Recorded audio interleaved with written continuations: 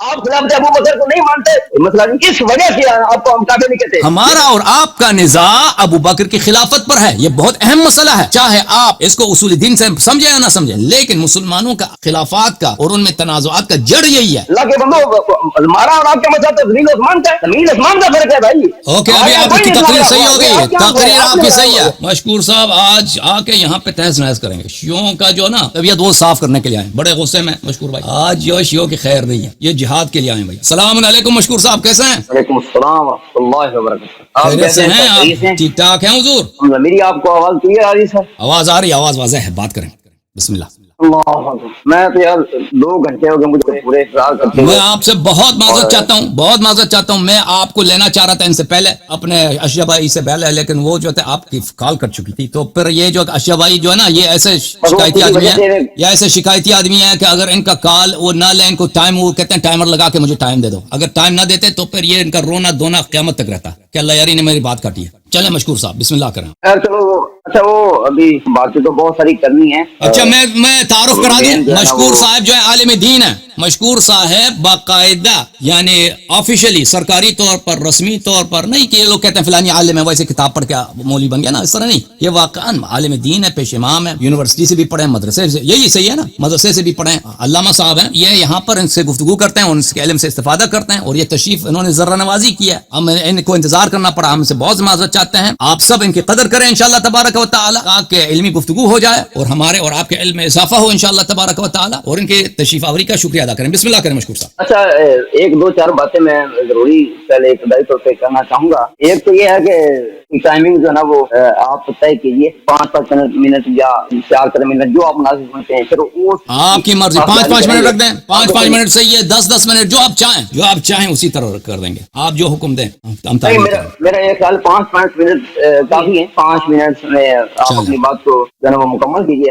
دوسری بات یہ ہے کہ جو مین بات ہے نا، کیونکہ پہلے ایک دفعہ میری آپ سے ہنگامی طور پہ بات ہوئی تھی، بات دراصل میں نے اس سے پہلے آپ کو سنا بھی نہیں تھا نا، میں آپ کو جانتا تھا. وہ علی اللہ نقوی صاحب نے مجھے آپ لنک دے دیا، اس لنک سے آپ آ جائیں. میں آ گیا، بس تو بات ہوئی. تو مجھے نہیں پتا تھا اس وقت کیا پروسیجر ہے یا آپ کس طرح گفتگو کریں. تو وہ یہ کہ جب میری کال کرنے کے بعد جب میں لنک سے لاگ ان ہوا تو میں نے دیکھا کہ وہاں پہ آپ بھی خوب لتاڑ رہے ہیں مجھے، اور آپ کے کالر صاحب بھی لتاڑ رہے ہیں. ان جو آلات کو آپ منہ کیوں لگاتے ہیں، یہ وہ اس طرح کی باتیں. جب تک ہماری بات چل رہی ہے آپ کے پاس جو بم ہو آپ وہ پھینک. میں نے کہا نا کہ غصے میں آج آپ کی کال فری جی وہ بسم اللہ. جب ہماری کال کر جائے گی اس کے بعد نہ تبصرہ نہ اس کے بعد کوئی بات ہوگی. جب تک آپ میرے ہیں تب تک آپ جو آپ کے پاس دلائل ہیں یا جو باتیں یا میرے سوالات آپ کے سامنے ہیں. تو ویسے میں اس ماحول میں انکمفرٹیبل محسوس کرتا ہوں، کبھی اس طریقے سے بات نہیں کی. اکیلے کمرے میں بیٹھ کے میں بات کر رہا ہوں تو غیر مانوس ہے. آہستہ آہستہ مانوس کریں گے کہ جب تک ہماری بات ہو رہی ہے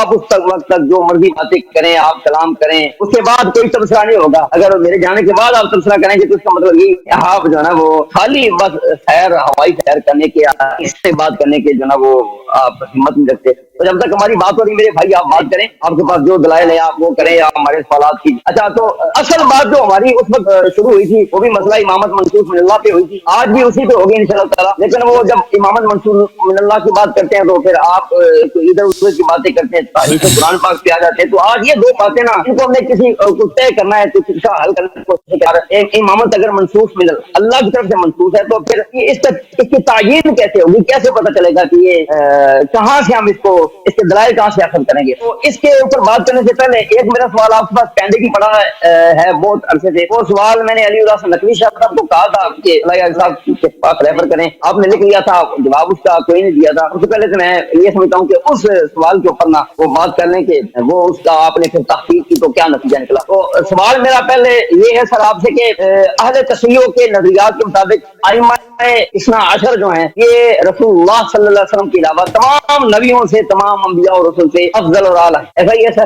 قبلہ آپ کی تشریف آوری کا بہت شکریہ. ائمہ طاہرین علیہ الصلوۃ والسلام کی امامت یہ ہمارا ایمان ہے، لیکن 12 اماموں کی امامت ہمارا ہمارا موضوع گفتگو آج نہیں ہے، ہم نے اعلان کیا ہے کئی ہفتوں سے ہمارا جو موضوع گفتگو چل رہا ہے وہ ابو بکر کی امامت، ابو بکر کی خلافت۔ اسلام میں سب فرق میں امیر المؤمنین علی علیہ السلام کی امامت شرعی ہے، یہ قابل قبول ہے، یعنی کسی شیعہ کے لیے ضروری نہیں ہے کہ اپنے بھائی جو غیر شیعہ ہے اس کے لیے ثابت کرے کہ امیر المؤمنین علی علیہ السلام کی خلافت شرعی ہے، اس کی دلیل کی ضرورت نہیں ہے کیونکہ وہ خود مانتے ہیں کہ ان کی خلافت شرعی ہے۔ اس کے علاوہ نصوص بھی بہت زیادہ ہیں، جیسے آج ابھی میرے بات ہو رہی تھی قبلہ صاحب سے، ابو اشا بھائی سے، کہ میں نے ثابت کر دیا کہ امیر المؤمنین امام حسن امام حسین علیہم الصلوۃ والسلام کی امامت آپ کے کتب میں ان کی خلافت ثابت ہے، ان کی وجوب اطاعت ابو بکر عمر پر بھی ثابت ہے، لیکن جو متنازع چیز ہے مسلمانوں میں وہ ابو بکر کی خلافت ہے۔ ابو بکر کی خلافت اگر شرعی ہے صحیح ہے تو مسیح مذہب باطل ہے، اگر ابو بکر کی خلافت شرعی نہیں ہے اور بدعت ہے تو آپ کا مذہب باطل ہے۔ جو اصل تنازع ہے وہ ابو بکر کی خلافت پر ہے۔ تو جو موضوع وہ چل رہا ہے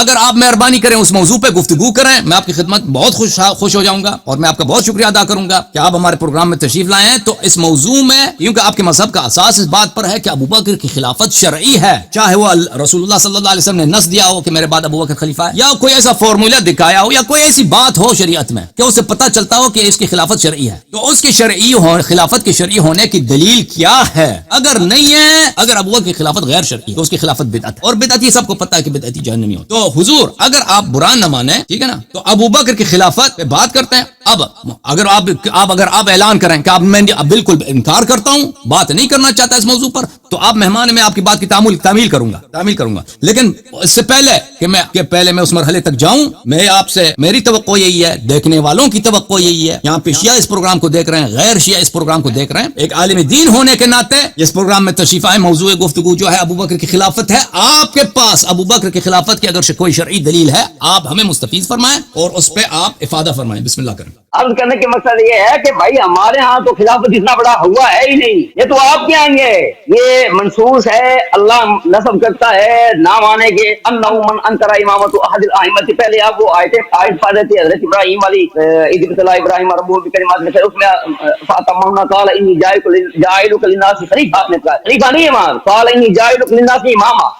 تو آپ کے یہاں یہ ہے کہ انہ من انکر امامت احد الائمۃ فهو کافر ضال مضل مستحق للخلود فی النار، یہ اتنا بڑا ہوا آپ کے یہاں خلافت، ہمارے یہاں نہیں ہے، صحیح ہے نہیں ذریعے اس کے اندر دلائل ہے، ہمارے پاس دلائل ہیں، آپ اسے قائل ہوتے نہ ہو، ہم اس جگہ اس سے مطمئن ہیں، اور ہمارے یہاں کوئی ایسا مسئلہ ہے نہیں ہے کہ اس کے اوپر دین کھڑا ہو یا دین کی اصحاف ہو یا کوئی برادری، ہمارے یہاں امامت یا یہ جو خلافت ہے نا رسول اللہ کے بعد خلافت، یہ کوئی ایسا مسئلہ نہیں ہے کہ جس کا انکار کرنے سے بندہ کافر ہو جائے اور جس کے ماننے سے بندہ مومن ہو۔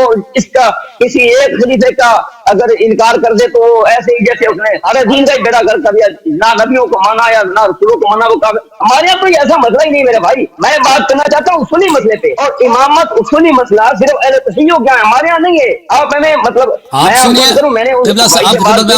اس دن میرے بھائی جانے مان بات سنیں، آپ یہ جو نا میری بات سنیں، میں عرض کرنے کا مقصد یہ ہے میرے بھائی، میں نے اس دن بھی بات کی تھی کہ مجھے یہ وضو یا نکاح یا طلاق یہ اس طرح کے مسائل پہ، شروعی مسائل پہ، یا وہ مسائل جو کفر ایمان کے نہیں ہیں ان پہ بات کرنی نہیں ہے، یہ ویسٹیج آف ٹائم ہے، میں اتنا ویلا نہیں ہوں، نہ آپ ہی ہوں گے، یا آپ اگر ہوں گے یا آپ کا یہ کاروبار ہے، آپ کا یہ کام ہے، یہ لائف اسٹریم کرنا یا یہ یوٹیوب سے کمانا ہے تو آپ کا ہوگا، میرا بھائی نہیں ہے۔ میں ہمارے ہاں یہ اصولی بات ہے ہی نہیں، اصولی مسئلہ ہی نہیں ہے، اس لیے میں اس معاملے پہ بات کرنے میرے بھائی اس بات کو سمجھیں گے، ابو اشرف کو پتہ نہیں کیا کہہ رہا تھا، میں ادھر کنیکٹڈ تھا، میں نے سنا ہی نہیں، میں نے تو آپ کی باتیں سنتا رہا ہوں، مجھے نہیں پتا ابو اشرف بھائی نے کیا باتیں کیا کیا نہیں، یہ بات آپ الگ الگ سمجھیے۔ آپ کہتے ہیں نصوص دکھاؤ صحیح دکھاؤ، بھائی نصوص ہمارے پاس ہیں، اگر آپ اس سے قائل نہیں ہوتے نہیں، ہمارے ہاں یہ ایسا ہی ہے جیسے ہم آپ کو کہیں کہ جی اذان دینا اتنے کلمات ہیں، اقامت کے اتنے کلمات ہیں، نماز میں رفع یدین، یہ ایسا ہی مسئلہ ہمارے یہاں کوئی اصولی یا دینی یا ایسا مسئلہ